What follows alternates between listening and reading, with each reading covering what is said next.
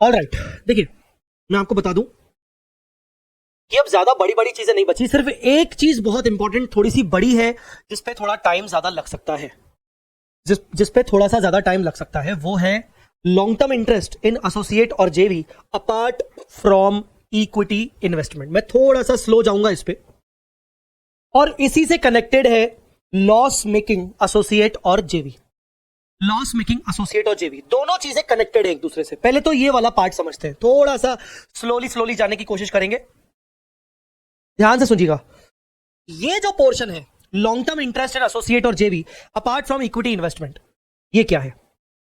ये कहता है कि एक इन्वेस्टर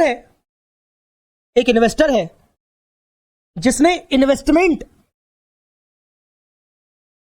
इन इक्विटी करके रखा है, investment in equity of A limited. A limited की इक्विटी में इन्वेस्टमेंट करके रखा है। लेट अस से ये इन्वेस्टमेंट होगा 30% का, लेट अस से ये इन्वेस्टमेंट होगा 30% का। इस इक्विटी इन्वेस्टमेंट के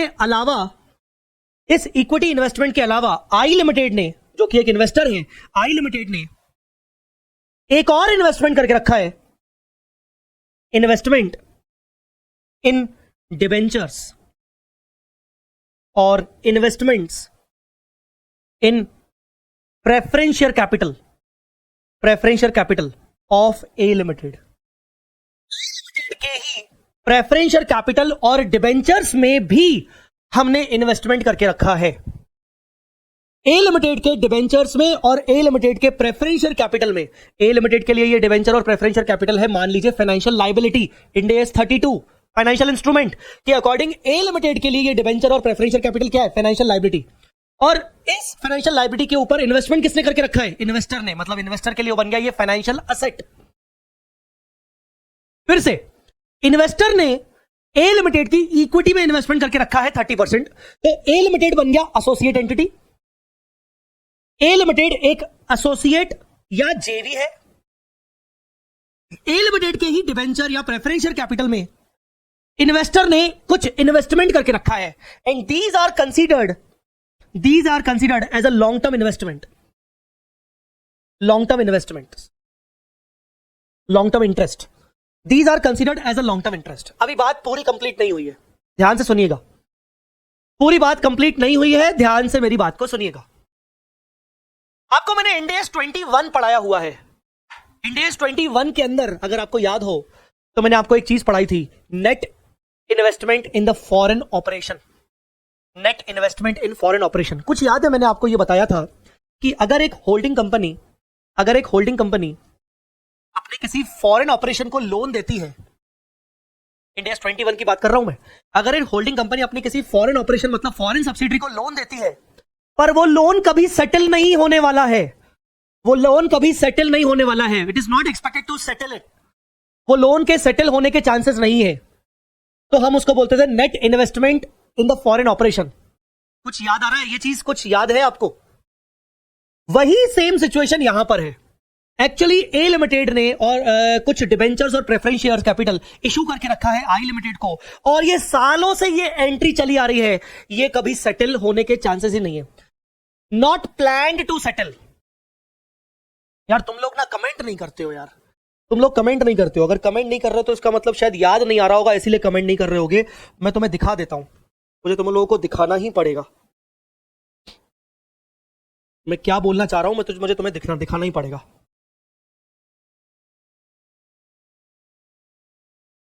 net investment in foreign operation मैंने तुम्हें पढ़ाया था, ये वाला को डिटेल में हमने ये देखो क्या लिखा है। If an entity is having monetary item that is receivable from और payable to a foreign operation. मान लो होल्डिंग कंपनी ने सब्सिडरी कंपनी को लोन दिया, तो होल्डिंग कंपनी के लिए क्या हो गया? Receivable from subsidiary. या होल्डिंग कंपनी ने सब्सिडरी से लोन लिया तो payable to subsidiary, for which settlement is neither planned nor likely to occur in the foreseeable future. Settlement is neither planned nor likely to occur in the foreseeable future, जिसका settlement plan नहीं है, ना ही हमें लगता है कि future में इसका सेटलमेंट हो पाएगा। Such monetary items may include long-term receivables or loans, but do not include trade receivables or trade payables. ये जो लॉन्ग टर्म मॉनिटरी आइटम्स है, ये जो मॉनिटरी आइटम्स है इनको बोलते हैं लॉन्ग टर्म रिसीवेबल्स और पेबल्स। इसके अंदर ट्रेड रिसीवेबल्स और ट्रेड पेबल्स नहीं आते। तो अगर एक कंपनी ने दूसरी एंटिटी को कुछ लोन्स दिए हैं पर वो सिस्टर कंसर्न की तरह ट्रीट हो रहे हैं, उन लोन्स को हमेशा एज अ एंट्री, वो हमेशा एज अ बैलेंसिंग फिगर दिखता जा रहा है। मैंने बहुत डिटेल में इसका डिस्कशन किया था, ये वही कुछ है। तो ये मैं आपको ये बता रहा हूं कि ऐसा ही कुछ यहां हो रहा है। इन्वेस्टर ने कुछ इन्वेस्टमेंट किया हुआ है डिबेंचर्स और प्रेफरेंशियल कैपिटल में, और ये डिबेंचर्स और प्रेफरेंशियल कैपिटल का रीपेमेंट फिक्स नहीं है, इसका रीपेमेंट प्लान्ड नहीं है, तो ये बन जाएगा लॉन्ग टर्म इन्वेस्टमेंट्स और long term interest for which settlement is neither planned not likely to occur in the foreseeable future. Understood और नॉट? तो ऐसे केस में अगर इन्वेस्टर ने अपने एसोसिएट एंटिटी के लॉन्ग टर्म इंटरेस्ट लेके रखे हैं जिसका सेटलमेंट प्लान्ड नहीं है, जिसका कोई आगे फ्यूचर में सेटलमेंट फोर्सेबल फ्यूचर में उसका सेटलमेंट लग नहीं रहा कि होने वाला है, तो इसको भी ऐसे केस में इसको भी as good as equity investment treat किया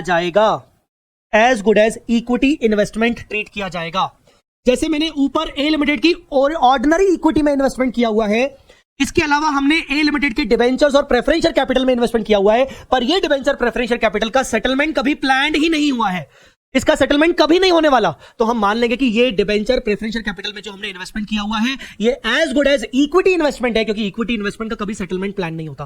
तो एज गुड एज हम इसको क्या मानेंगे? इक्विटी। अंडरस्टूड और नॉट? बोलो मुझे, समझ में आ रहा है कि नहीं? Tell me. ये बहुत इंपॉर्टेंट चीज मैं आपको समझा रहा हूं। तो इसको as good as equity investment की तरह ट्रीट करेंगे, हम इसको as good as equity investment की तरह ट्रीट करेंगे। ये लिखा हुआ है आपके इस वाले पैराग्राफ में, आइए देखें क्या लिखा है। An entity might hold financial instruments, मतलब प्रेफरेंशियल कैपिटल्स और डिबेंचर्स इन एन एसोसिएट और joint venture other than the investment accounted for using equity method, मतलब other than equity investment. These includes long term interest that in substance form part of entities net investment in associate or joint venture. For example, an item for which settlement is neither planned nor likely to occur in the foreseeable future is in substance an extension of entities investment in associate or joint venture. Such items may include preferential capital and long term receivables or loan, but do not include trade receivables और trade payables, क्योंकि trade receivables और pebbles का settlement possible होता है, वो short term loans होते हैं। तो शॉर्ट टर्म रिसीवेबल्स और पेबल्स कभी भी आपके एज गुड एज इक्विटी नहीं माने जाएंगे, एज गुड एज इक्विटी आपके माने जाएंगे long term interest, long term receivables और payables for which settlement is neither planned nor likely to occur in the foreseeable future, और any long term receivable for which adequate collateral exist such as secured loan. Secured loan भी अगर है long term nature का, उसको भी आप net investment in associate और joint venture नहीं मानोगे, आप उसको एज गुड एज इक्विटी नहीं मानोगे, क्योंकि वो सिक्योर्ड है, वो कोलेटरल पर दिया गया है। तो जनरली ऐसे अनसिक्योर्ड लोन्स होते हैं। आगे क्या बोला गया है? An entity shall account such long-term interest in accordance with 109. It is to be noted that certain requirements of Ind AS 28 also apply to such long-term interest, allocating share in loss of associate or joint venture. However, entity should first apply 109 to those interest and then apply Ind AS 28. ये वाला जो last paragraph है, ये last paragraph में आपको next point के through समझाऊंगा। सिर्फ आपको इस पैराग्राफ में क्या समझना था कि एक इन्वेस्टर है जिसने apart from ordinary equity investment कुछ इन्वेस्टमेंट लॉन्ग टर्म लोन्स वगैरह भी देके रखे हैं। उन लॉन्ग टर्म लोन्स को हम इक्विटी इन्वेस्टमेंट की तरह डील कर सकते हैं अगर उन लॉन्ग टर्म लोन्स का कोई भी सेटलमेंट प्लान नहीं है, अगर उसका कोई भी सेटलमेंट प्लान नहीं है। समझा कि नहीं? बोलो बेटा, समझा कि नहीं?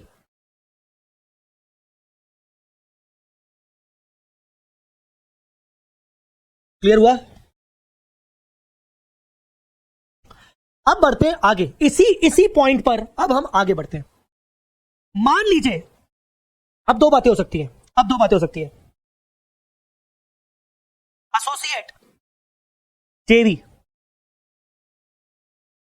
एसोसिएट जेवी ने पोस्ट एक्विजिशन प्रॉफिट अर्न किया। क्या करोगे आप इस प्रॉफिट का? एसोसिएट जेवी ने पोस्ट एक्विजिशन प्रॉफिट अर्न किया, क्या करोगे आप इसका share, investors share investor share of profit आप ऐड करोगे, add in equity investment. Equity investment भाई, अगर आपके एसोसिएट जेवी ने प्रॉफिट अर्न किया है तो उस प्रॉफिट में इन्वेस्टर का शेयर होगा, और इन्वेस्टर का शेयर वो अपने इक्विटी इन्वेस्टमेंट में जाके ऐड करेगा as per equity method. As per equity method, ये तो बात बहुत इजी हो गई। बट यहीं पर अगर एसोसिएट जेवी ने पोस्ट एक्विजिशन लॉसेस इनकर किए हैं,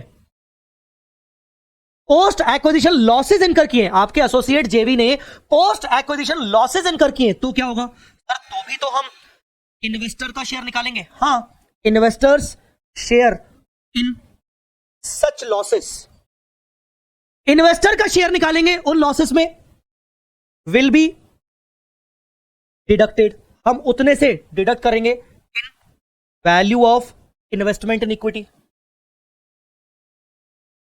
वैल्यू ऑफ इन्वेस्टमेंट या equity investment, value of equity investment as per equity method. Equity method. अगर एसोसिएट जेवी ने लॉसेस इनकर किए तो उन लॉसेस में भी इन्वेस्टर का शेयर होगा, और उतने लॉसेस जो इन्वेस्टर के शेयर के लॉसेस हो रहे हैं, हम उतने से अपने इन्वेस्टमेंट इक्विटी इन्वेस्टमेंट को रिड्यूस करेंगे। सर सिंपल सी तो बात है, करना क्या है सर इसमें? ये बीच में क्यों आ रहा है? रुक जाओ, एग्जाम्पल के तौर पर लेते हैं कि हमारे पास इन्वेस्टमेंट इन इक्विटी रखा है 10 लाख, इसके अलावा हमारे पास इन्वेस्टमेंट इन लॉन्ग टर्म और यूं समझो इन्वेस्टमेंट इन डिबेंचर्स रखा हुआ है 5 लाख। डिबेंचर्स के बदले में पहले प्रेफरेंशियल कैपिटल लिखूंगा। इन्वेस्टमेंट इन प्रेफरेंस कैपिटल रखा हुआ है 5 लाख, और इसके अलावा इन्वेस्टमेंट इन डिबेंचर्स हमारे पास रखा हुआ है लेटस से 3 लाख। ठीक है, अगर ऊपर कंपनी ने लॉसेस इनकर किए, लेटस से हमारा जो ये इक्विटी इन्वेस्टमेंट था ये था 30%, अगर कंपनी ने लॉसेस इनकर किए, अगर कंपनी ने लॉसेस इनकर किए एंड सपोज ये लॉसेस थे 50 लाख रुपीस के, 50 लाख रुपीस के लॉसेस थे। इस 50 लाख के लॉस में इन्वेस्टर का कितना शेयर होगा? 50 लाख इंटू 30%, मतलब कितना? 15 लाख। 15 लाख रुपीस का लॉस इन्वेस्टर का शेयर होगा, और फिर इन्वेस्टर इस 15 लाख को अपने इक्विटी इन्वेस्टमेंट से लेस करेगा as per equity method. But यहां पर एक ट्विस्ट ये है कि 15 लाख रुपीस के लॉसेस को मैं अपने 10 लाख रुपीस के इक्विटी इन्वेस्टमेंट से लेस कैसे करूं? ये 10 लाख रुपीस का इक्विटी इन्वेस्टमेंट है, जबकि मेरे पास लॉसेस का शेयर 15 लाख है। इसका मतलब ये हुआ कि मैं पूरे लॉसेस को सेट ऑफ नहीं कर पा रहा हूं, मैं पूरे लॉसेस को सेट ऑफ नहीं कर पा रहा हूं। ऐसी सिचुएशन प्रॉफिट्स के केसेस में नहीं हो रही है, बट ऐसी सिचुएशन लॉसेस के केस में होगी। जब इतने सारे लॉसेस हो, जब लॉसेस को आप अपने इक्विटी इन्वेस्टमेंट से सेट ऑफ ही ना कर पाओ, जहां वो नेगेटिव में हो रहा है, तो आप कैसे डील करोगे? ऐसे केस में इंड AS 28 कहता है कोई बात नहीं, जितने लॉसेस आप सेट ऑफ कर पा रहे हो आप उतने लॉसेस को सेट ऑफ करो। 15 लाख के लॉसेस हैं, आप सेट ऑफ मैक्सिमम कितना कर पाओगे? 10 लाख तक के। आपके रिमेनिंग 5 लाख के लॉसेस बच गए ना, आपके रिमेनिंग 5 लाख के लॉसेस बच गए ना।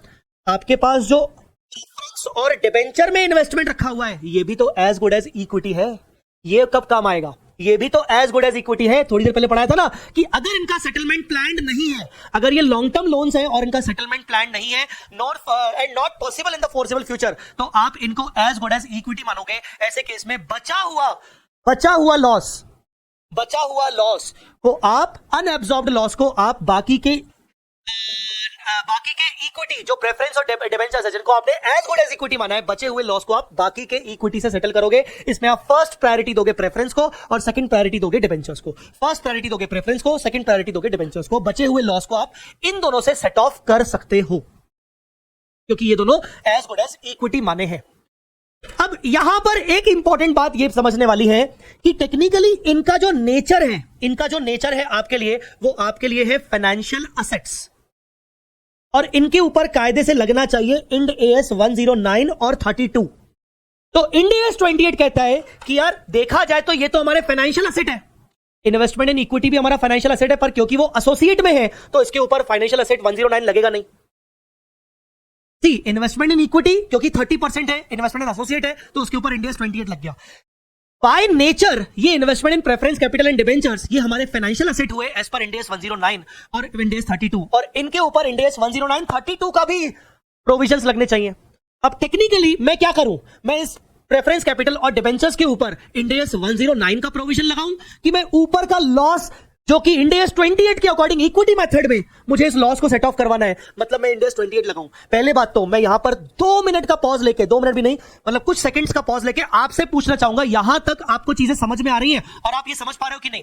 15 लाख रुपीस का लॉस है हमारा शेयर इंडियस 28 के अकॉर्डिंग, उसमें से 10 लाख रुपीस का लॉस हमने सेट ऑफ कर दिया इक्विटी इन्वेस्टमेंट से, बचा 5 लाख का अभी भी अनएब्सॉर्ब्ड लॉस। ये अनएब्सॉर्ब्ड लॉस 5 लाख रुपीस का मुझे अलाउ है, इंडियस 28 अलाउ करता है कि मैं बाकी के इन्वेस्टमेंट से भी सेट ऑफ कर सकता हूं, क्योंकि जो मेरे बाकी के इन्वेस्टमेंट है वो एज गुड एज इक्विटी है।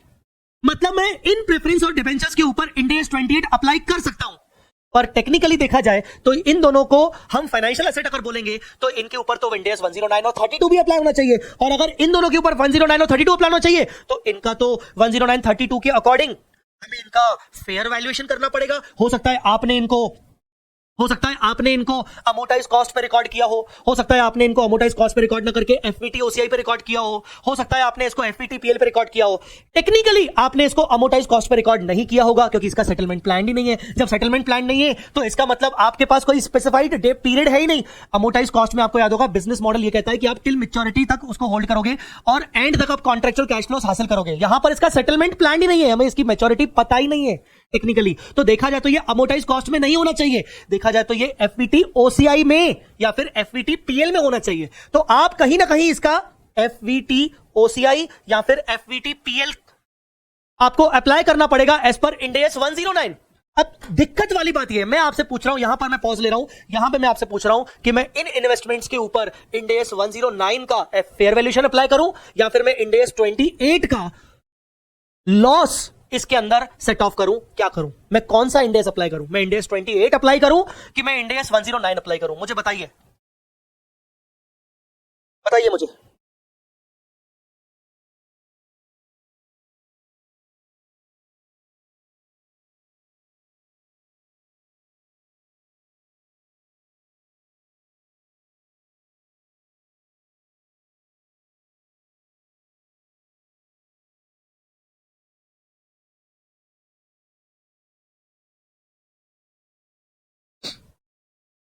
अमन कह रहे हैं फेयर वैल्यूएशन के बाद, अमन कह रहे हैं फेयर वैल्यूएशन के बाद आप लॉस को सेट ऑफ करो। अच्छा जी, अमन कह रहे हैं फेयर वैल्यूएशन के बाद आप लॉस को सेट ऑफ करो और बाकी लोग कुछ नहीं बोल रहे। तो ये पढ़िए, मैं क्या ज्यादा वेट भी नहीं कर सकता ना आपका, मैं बहुत देर तक वेट नहीं कर सकता। ध्यान से देखिए, an entity should first apply 109 to those interest and then apply India's 28 to the balance remaining after applying 109. India's 28 overrides India's 109 in case of associate। नहीं बेटा, यहां पर सीधा सीधा बोला गया है कि हाँ आप इनको एज गुड एज इक्विटी मानो पर 109 और India's 32 अप्लाई करने के बाद, मतलब पहले आप इन फाइनेंशियल एसेट्स के ऊपर फेयर वैल्यूएशन करोगे एज पर 109। फेयर वैल्यूएशन करने के बाद आपके रिमेनिंग जो इन्वेस्टमेंट की वैल्यू बचेगी, अपवर्ड डाउनवर्ड करने के बाद जो रिमेनिंग वैल्यू बचेगी, उसके बाद आप बचे हुए अनएब्सॉर्ब्ड 5 लाख के लॉस को आप सेट ऑफ करोगे। समझा कि नहीं? मतलब आप दोनों इंडेक्स लगाओगे, बट पहले आप उनका खुद का जो डेडिकेटेड इंडेक्स है 109, क्योंकि वो फाइनेंशियल एसेट है, आप उनका खुद का इंडेक्स लगाओगे और वो इंडेक्स लगाने के बाद जो उनकी रिवाइज्ड वैल्यू आ रही है, उस रिवाइज्ड वैल्यू के ऊपर आप उनके ऊपर इंडेक्स 28 लगाकर जो अनएब्सॉर्ब्ड लॉस है उसको सेट ऑफ करवाओगे। मान लीजिए मैंने इनके ऊपर इंडेक्स 109 लगाया, सपोज मैंने इनके ऊपर 109 लगाया, मैंने इनका फेयर वैल्यूएशन किया और फेयर वैल्यूएशन से ये निकला कि मैंने इसका 2 लाख रुपए का 2 लाख रुपीस का फेयर वैल्यू लॉस बुक किया, ये कितना हो गया 3 लाख, और मैंने इसका 1.5 लाख का फेयर वैल्यू लॉस बुक किया, ये कितना हो गया 1,50,000 रिमेनिंग। समझा कि नहीं? अब मेरे पास रिमेनिंग बैलेंस प्रेफरेंस का बच रहा है 3 लाख, डिबेंचर्स का बच रहा है 1,50,000। Remaining balance after applying Ind AS 109। Sir आपने माइनस किया, फेयर वैल्यू गेन भी तो आ सकता है। हाँ आ सकता है ना, पर फेयर वैल्यू गेन में तो सवाल आसान हो जाएगा। मैं फेयर वैल्यू लॉस ले रहा हूं ताकि मैं इसको और कठिन बनाऊं, ठीक है। अच्छा, इक्विटी इन्वेस्टमेंट आपके ऑलरेडी निल हो चुके हैं। अब आपके पास प्रेफरेंस और डिबेंचर्स है, they are as good as equity. और आपके पास अनएब्सॉर्ब्ड लॉस कितना रखा हुआ है? 5 लाख रुपीस का। आपके पास अनएब्सॉर्ब्ड लॉस 5 लाख रुपीस का रखा हुआ है। आप इस 5 लाख रुपीस के लॉस को अप्लाई करोगे प्रेफरेंस में सबसे पहले, तो इसमें से -3 लाख रुपीस का लॉस और -1.5 लाख रुपीस का लॉस हो जाएगा। स्टिल अगर आप देखोगे तो 50,000 का अभी भी लॉस अनएब्सॉर्ब्ड बच गया। Still 50,000 loss not yet set of and it is unabsorbed. Sir इसका क्या करेंगे? इस 50,000 का क्या करेंगे? कोई टेंशन नहीं है, हम इसको नेक्स्ट ईयर कैरी फॉरवर्ड करेंगे। नेक्स्ट ईयर हम इसको सेट ऑफ करेंगे। अगर नेक्स्ट ईयर हमारे investment in equity, investment in preference और इन्वेस्टमेंट इन डिबेंचर अगर किसी कारण से पॉजिटिव हो जाते हैं, तो नेक्स्ट ईयर हम इस 50,000 को सेट ऑफ करेंगे। Unabsorbed and carry forward to next year. समझा कि नहीं? उसको हम नेक्स्ट ईयर कैरी फॉरवर्ड करेंगे। नेक्स्ट ईयर में सर कैरी फॉरवर्ड कर लिया, पर नेक्स्ट ईयर तक तो हम हमारे इक्विटी इन्वेस्टमेंट नील हो गए, हमारा प्रेफरेंस तो नील हो गया, हमारा डिबेंचर तो नील हो गया। सर नेक्स्ट ईयर तो सब नील है, हम इसको कैसे सेट ऑफ करेंगे? क्यों? नेक्स्ट ईयर हो सकता है एसोसिएट जेवी वापस से प्रॉफिट अर्न कर ले, और अगर वो प्रॉफिट अर्न करेगी तो उस प्रॉफिट में इन्वेस्टर का शेयर होगा, और इन्वेस्टर का अगर प्रॉफिट का शेयर होगा तो वो प्रॉफिट के शेयर की वजह से इन्वेस्टमेंट इन इक्विटी आपका वापस से बढ़ जाएगा। तो उस प्रॉफिट से आप इस लॉस को सेट ऑफ करोगे। मैं आपको बताता हूं कैसे होगा। पहले तो मुझे बताओ यहां तक आपको चीजें क्लियर हुई कि नहीं? आई होप आपको यहां तक समझ में आ गया होगा। तो 100 बात की एक बात, अगर हमारे पास कोई इन्वेस्टमेंट इन डिबेंचर्स और प्रेफरेंस शेयर्स है जिनका सेटलमेंट प्लान नहीं है, जिनका सेटलमेंट फोर्सफुल फ्यूचर में हमने प्लान नहीं किया हुआ, तो हम उनको as good as equity investment मानेंगे। इससे हमें क्या समझ आता है? इससे हमें ये समझ आता है कि अगर इन्वेस्टर का शेयर ऑफ लॉस बहुत ज्यादा है, जो कि इक्विटी इन्वेस्टमेंट से लेस होने के बाद अभी भी बच रहा है, तो वो रिमेनिंग लॉस आप उन as good as equity investment से भी सेट ऑफ करोगे, but after applying Ind AS 109 and 32 for on those investments. ठीक है, अगर कुछ बच गया अभी भी लॉस, और उसको कैरी फॉरवर्ड करोगे नेक्स्ट ईयर में। आप उसको नेक्स्ट ईयर में कैरी फॉरवर्ड करोगे। अब इसी के बेसिस पर हमारे पास क्वेश्चन है, ये देखो ये वाला पॉइंट, लॉस मेकिंग एसोसिएट और जॉइंट वेंचर, जो मैंने आपको समझाया वो सब यहां पर लिखा हुआ है। अब मैं आपको पढ़वा नहीं रहा हूं, मैं आपको डायरेक्ट एक इलस्ट्रेशन नंबर 10 करवा रहा हूं। ये है आपका, इसको कर दो exam,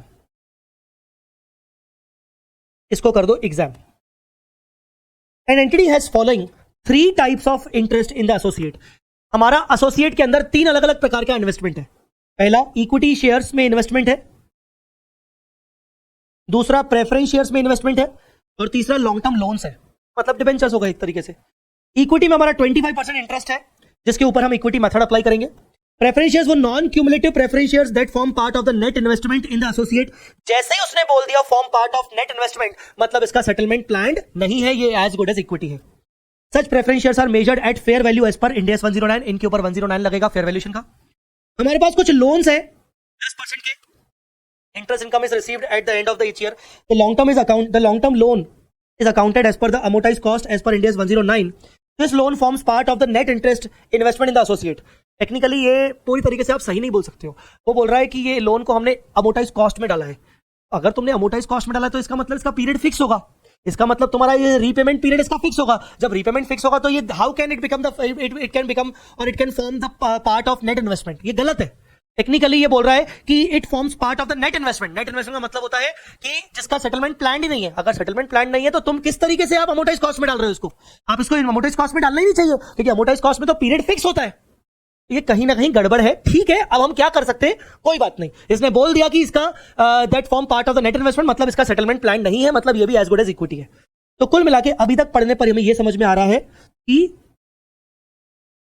investment in preference and loans are as good as equity,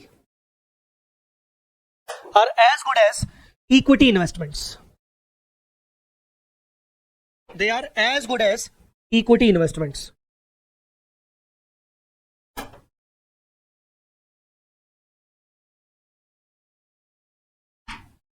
They are as good as equity investment.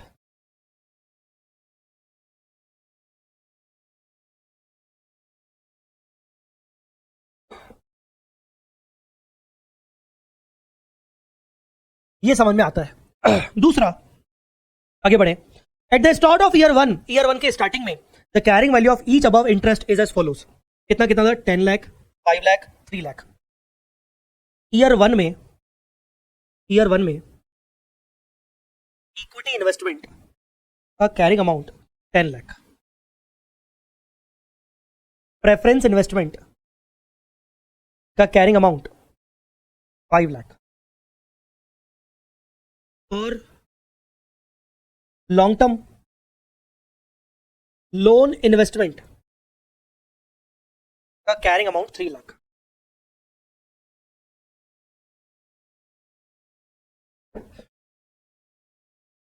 ठीक है।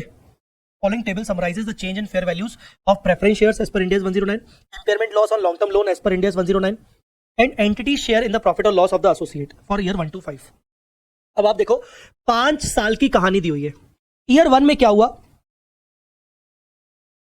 प्रेफरेंस शेयर, ये प्रेफरेंस शेयर्स है, ये लॉन्ग टर्म लोन्स है, दोनों के ऊपर इंड AS 109 अगर अप्लाई करेंगे तो उनका फेयर वैल्यूएशन जो भी आ रहा है, और ये entities share in the profit और loss of the associate, investor share in the profit और लॉस ऑफ द एसोसिएट। पहले साल 16 लाख रुपीस का लॉस हुआ। बाप रे बाप।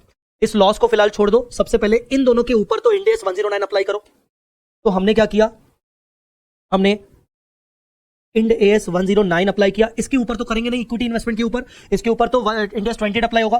अगर हम इंड AS 109 अप्लाई करेंगे तो इसकी वैल्यू 50,000 से कम हो जाएगी और इसकी वैल्यू भी 50,000 से कम हो जाएगी।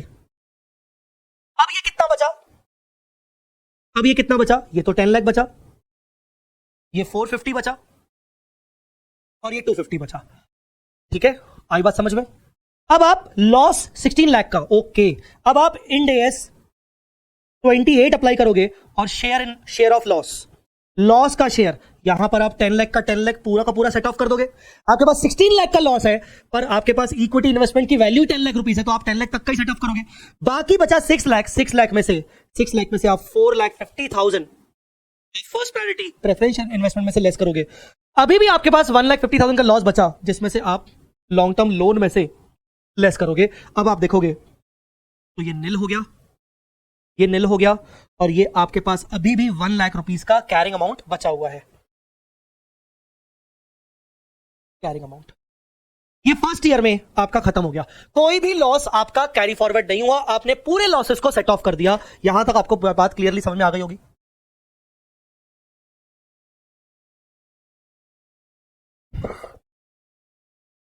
यहां तक आपको बातें समझ में आ गई होंगी कि नहीं? जल्दी बोलो।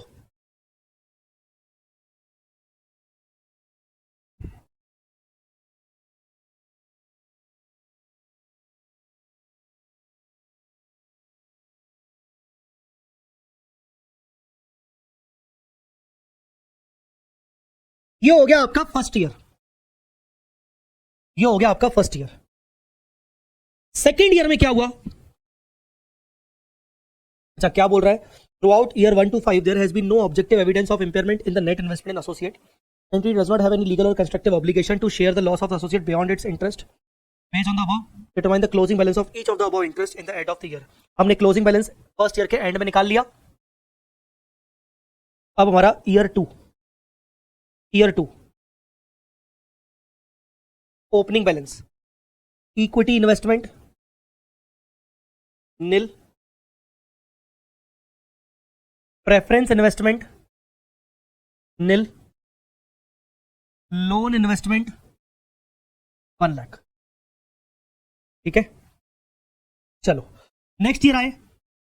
नेक्स्ट ईयर में अगेन प्रेफरेंस शेयर्स के ऊपर 50,000 का नुकसान। हमारे पास 50,000 तो, हमारे पास 50,000 तो है ही नहीं, हमारा तो निल है। Oh my God. Preference investment के ऊपर हमें इंड AS 109 अप्लाई करना पड़ेगा ना इस बार अगेन फिर से। पर इस बार 109 अप्लाई करने के लिए हमारे पास प्रेफरेंस इन्वेस्टमेंट की वैल्यू है ही नहीं। लोन इन्वेस्टमेंट में कुछ नहीं हो रहा है, और अगेन हमारा लॉस हो गया 2 लाख का। बाप रे बाप। अब सुनो ध्यान से, बहुत इंपॉर्टेंट चीज, कुछ भी हो जाए हम 109 को कॉन्ट्राडिक्ट नहीं कर सकते, हम 109 को इग्नोर नहीं कर सकते।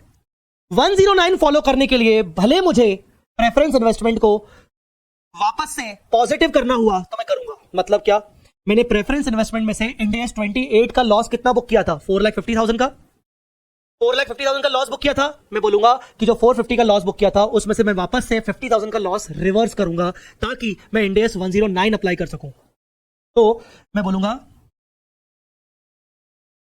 Reversal of year 1 loss on preference share investment. मैं क्या कर रहा हूं, मैं 50,000 की, मैंने कुल मिला के 4,50,000 का लॉस, 4,50,000 का जो लॉस था इसमें से 50,000 रिवर्सल कर दिया इन ईयर 2। सेकेंड ईयर में मैंने ईयर 2 में मैंने 50,000 का लॉस रिवर्स कर लिया। मतलब मैंने टिल डेट ईयर 2 तक मैं बोलूंगा कि मैंने प्रेफरेंस इन्वेस्टमेंट में सिर्फ 4 लाख रुपए का लॉस सेट ऑफ किया है। आई बात समझ में कि नहीं? मैंने 50,000 रुपीज का लॉस मैंने रिवर्स कर दिया, एंड नाउ यहां पर वैल्यू बची निल, यहां पर वैल्यू आ गया 50, यहां पर वैल्यू आ गया 1 लाख। अब मैं इंडेस 109 अप्लाई करूंगा और 109 के अकॉर्डिंग मैं 50,000 का फेयर वैल्यू लॉस बुक करूंगा। अब निल, निल और 1 लाख। अब मेरे पास इंडेस 28 का नुकसान कितना पड़ा है? मेरे पास इंडेस 28 का जो लॉस है वो 2 लाख है सेकेंड ईयर का, और 50,000 जो रिवर्स कर लिया था वो भी कैरी फॉरवर्ड होके सेकेंड ईयर में आ गया। कुल मिला के मेरे पास 2,50,000 का इंडेस 28 में लॉस है। Now apply Ind AS 28 share of loss 2 lakh plus 50,000 जो ईयर 1 का रिवर्स किया था वो भी तो आएगा, तो कुल मिला के हो गया 250। पर 250 में पूरा का पूरा सेट ऑफ कर ही नहीं पाऊंगा, यहां तो निल है, यहां तो निल है, मैं मैक्सिमम कितना सेट ऑफ कर पाऊंगा? 1 लाख।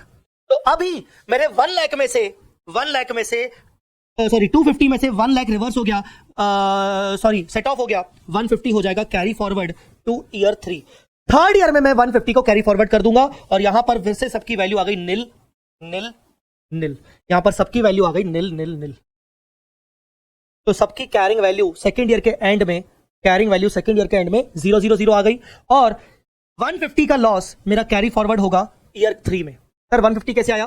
सेकेंड ईयर में मेरे पास 2 लाख रुपीस का लॉस था, सेकेंड ईयर का लॉस मेरे पास 2 लाख था, और पिछले साल का 50,000 का लॉस हमने रिवर्स कर दिया करंट ईयर में, तो लॉस बढ़ के 250 हो गया। हमारे पास डिबेंचर की वैल्यू सिर्फ 1 लाख बची हुई है, 1 लाख हमने सेट ऑफ कर दी, अभी भी हमारे पास लॉस 150 बचा हुआ है, हमने उसको कैरी फॉरवर्ड कर दिया। मुझे बताओ सेकेंड ईयर आपको समझ में आया कि नहीं? सेकेंड ईयर समझ में आया कि नहीं? Tell me. ये टॉपिक में टाइम लगता है एक्चुअली। यहां तक समझा कि नहीं समझा? जल्दी बोलो, यहां तक समझा कि नहीं समझा? बोलो बेटा, यहां तक समझा कि नहीं? यहां तक समझा कि नहीं?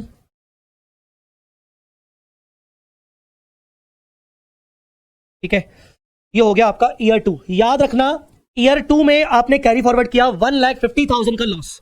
अब अपन आते हैं ईयर 3 पे। ईयर 3 पे याद रखना, ईयर 3 पे आपके पास ब्रॉड फॉरवर्ड लॉस रखा हुआ है 150। इसके अलावा आपका इक्विटी इन्वेस्टमेंट निल है, ओपनिंग बैलेंस आपका प्रेफरेंस इन्वेस्टमेंट निल है, और आपका लोन इन्वेस्टमेंट भी निल है, ओपनिंग बैलेंस। अब आप क्या करोगे? थर्ड ईयर में अपन आए और आपने देखा कि अरे वाह, 1 लाख का तो गेन हो गया, प्रेफरेंस में गेन हो गया, गेन, और यहां पर भी गेन हो गया। वाह, करो अप्लाई इंडेस 109 अप्लाई करो, और यहां पर आपने 1 लाख रुपीस का गेन बुक किया, और यहां पर भी आपने 1 लाख रुपीस का, नहीं 1 लाख का कि 50,000 का, 50,000 का गेन बुक किया। अरे वाह, मजा आ गया। अब ये कितना बचा? निल। ये वापस से इसकी वैल्यू 1 लाख खड़ी हो गई, इसकी वैल्यू 50 खड़ी हो गई। हमारे पास याद रखिएगा ब्रॉड फॉरवर्ड लॉस बचा हुआ है 150 का, याद रखिएगा 150 का ब्रॉड फॉरवर्ड लॉस बचा हुआ है। करंट ईयर में आपका कुछ भी लॉस नहीं है, करंट ईयर का लॉस नहीं है, पर ब्रॉड फॉरवर्ड लॉस तो है। अब आप इंड एएस 28 अप्लाई करोगे और इंड एएस 28 में current year loss 0, brought forward loss 150, तो आप टोटल 150 को किस में डिस्ट्रीब्यूट करोगे? आपके पास वैल्यू है, फर्स्ट प्रायोरिटी आप 1 लाख प्रेफरेंस इन्वेस्टमेंट में डाल दोगे और सेकंड प्रायोरिटी आप 50,000 डिवेंचर्स में डाल दोगे। आपने खड़े से सबको फिर से निल कर दिया। इक्विटी इन्वेस्टमेंट तो पहले साल से ही निल चल रहा है और अब प्रेफरेंस फिर से निल हो गया, फिर से निल हो गया। ये आ गए आपके क्लोजिंग बैलेंसेस, ये आपके आ गए क्लोजिंग बैलेंसेस। ईयर 3 में आपके क्लोजिंग बैलेंसेस आ गए, पर अच्छी बात यह है कि जो सेकंड ईयर का ब्रॉड फॉरवर्ड था वो थर्ड ईयर में सेट ऑफ हो गया और थर्ड ईयर में आपका कुछ भी कैरी फॉरवर्ड नहीं हो रहा है। थर्ड ईयर में आपका कुछ भी कैरी फॉरवर्ड नहीं हो रहा है। देख लो आप ध्यान से, समझ आया कि नहीं? देख लो आप ध्यान से, समझ आया कि नहीं? जल्दी बोलो।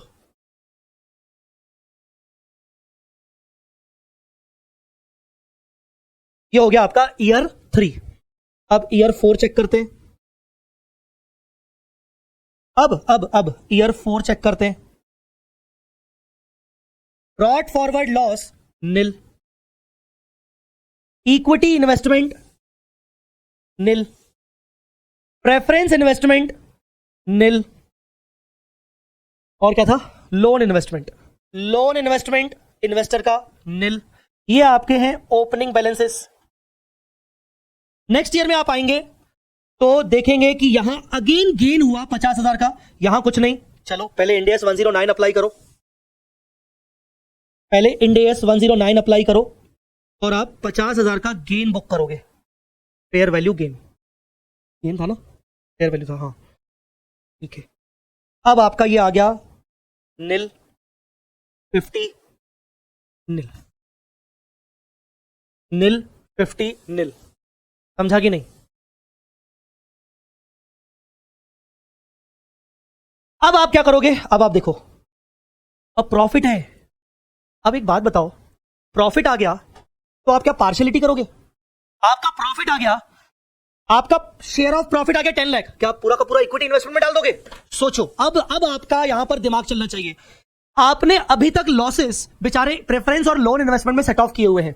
अब आपके पास प्रॉफिट का शेयर आया तो आप प्रेफरेंस और लोन इन्वेस्टमेंट को इग्नोर करते हुए क्या पूरा इक्विटी इन्वेस्टमेंट में ये प्रॉफिट ऐड कर दोगे क्या? सोचो, क्या आप इतना पार्शियल बिहेवियर रखोगे कि ये जो प्रॉफिट आया उस प्रॉफिट को आप पूरा का पूरा इक्विटी इन्वेस्टमेंट में जाके ऐड कर दोगे without considering preference and loan investment? Tell me. Very good Varsha, जितना लॉस बुक किया पहले प्रेफरेंस एंड लोन को उतना पहले उनको देंगे। Very good. आप क्या बोलोगे? आप बोलोगे मैंने first year, second year, third year तक कितना लॉस आज तक प्रेफरेंस वालों में डाला था और लोन वालों में डाला था। चेक करते हैं, आइए चेक करते हैं। मैंने फर्स्ट ईयर प्रेफरेंस वालों में 450 डाला था, पर 50,000 रिवर्स कर दिया तो मैंने प्रेफरेंस वालों में 4 लाख डाला। तो चलो समरी बनाते हैं। प्रेफरेंस और लोन, फर्स्ट ईयर में हमने 4 लाख डाला और 150 डाला। सेकेंड ईयर में हमने 1 लाख रुपीस सिर्फ लोन में डाला, 1 लाख रुपीस सिर्फ लोन में डाला। थर्ड ईयर हमने 1 लाख और 50 फिर से डाला, 1 लाख और 50 फिर से डाला, 1 लाख और 50 फिर से डाला। तो टिल थर्ड ईयर हमने 5 लाख रुपए का लॉस प्रेफरेंस में सेट ऑफ किया था और 152 3 लाख रुपीस का लॉस, 3 लाख रुपीस का लॉस हमने 3 लाख रुपीस का लॉस हमने लोन इन्वेस्टमेंट में सेट ऑफ किया था टिल थर्ड ईयर तक। Till third year loss, till third year तक हमने प्रेफरेंस में 5 लाख और लोन इन्वेस्टमेंट में 3 लाख सेट ऑफ किए थे। जो करंट ईयर का 10 लाख का प्रॉफिट है उसमें से 8 लाख रुपीस का प्रॉफिट मैं पहले इन दोनों को शिफ्ट करूंगा ताकि मैं पूरा लॉस को खत्म कर सकूं। तो मैं क्या करूंगा जल्दी बताओ? मैं सबसे पहले फोर्थ ईयर में इंड एएस 28 अप्लाई करूंगा। प्रॉफिट है 10 लाख का, उसमें से सबसे पहले 5 लाख प्रेफरेंस और 3 लाख लोन को डिस्ट्रीब्यूट करेंगे। 5 लाख और 3 लाख लोन को डिस्ट्रीब्यूट करेंगे, जिससे हमारा इक्विटी इन्वेस्टमेंट तो अभी भी निल है। ये हमारा 550 हो गया, ये हमारा 3 लाख हो गया।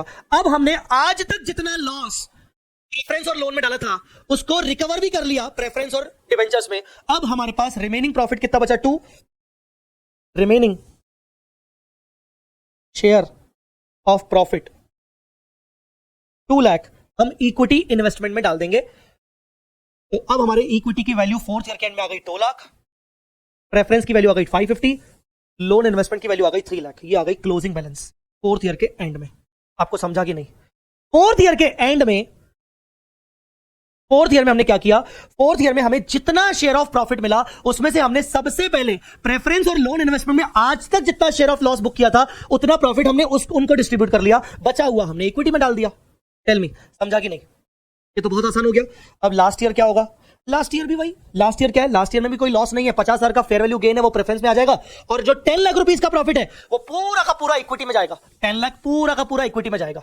लास्ट ईयर तो सबसे आसान है, 10 लाख रुपीस का जो प्रॉफिट है वो पूरा का पूरा आपका इक्विटी के अंदर चला जाएगा। 10 लाख का इक्विटी के अंदर चला जाएगा। तो मैं लास्ट ईयर को फॉर्मेट नहीं बना रहा हूं, कुल मिला के लास्ट ईयर में यहां 10 लाख ऐड करेंगे, ये ईयर 5, और यहां 50,000 ऐड करेंगे फेयर वैल्यू गेन। तो आपके फिफ्थ ईयर में 12 लाख रुपए की वैल्यू आ जाएगी इक्विटी इन्वेस्टमेंट की, 6 लाख की आ जाएगी प्रेफरेंस इन्वेस्टमेंट की, और 3 लाख की आ जाएगी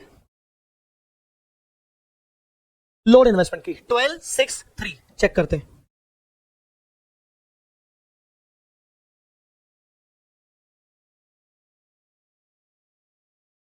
थर्टी कहां से आ गया रे? अच्छा 30 है, सॉरी 30 है, 30 है, सॉरी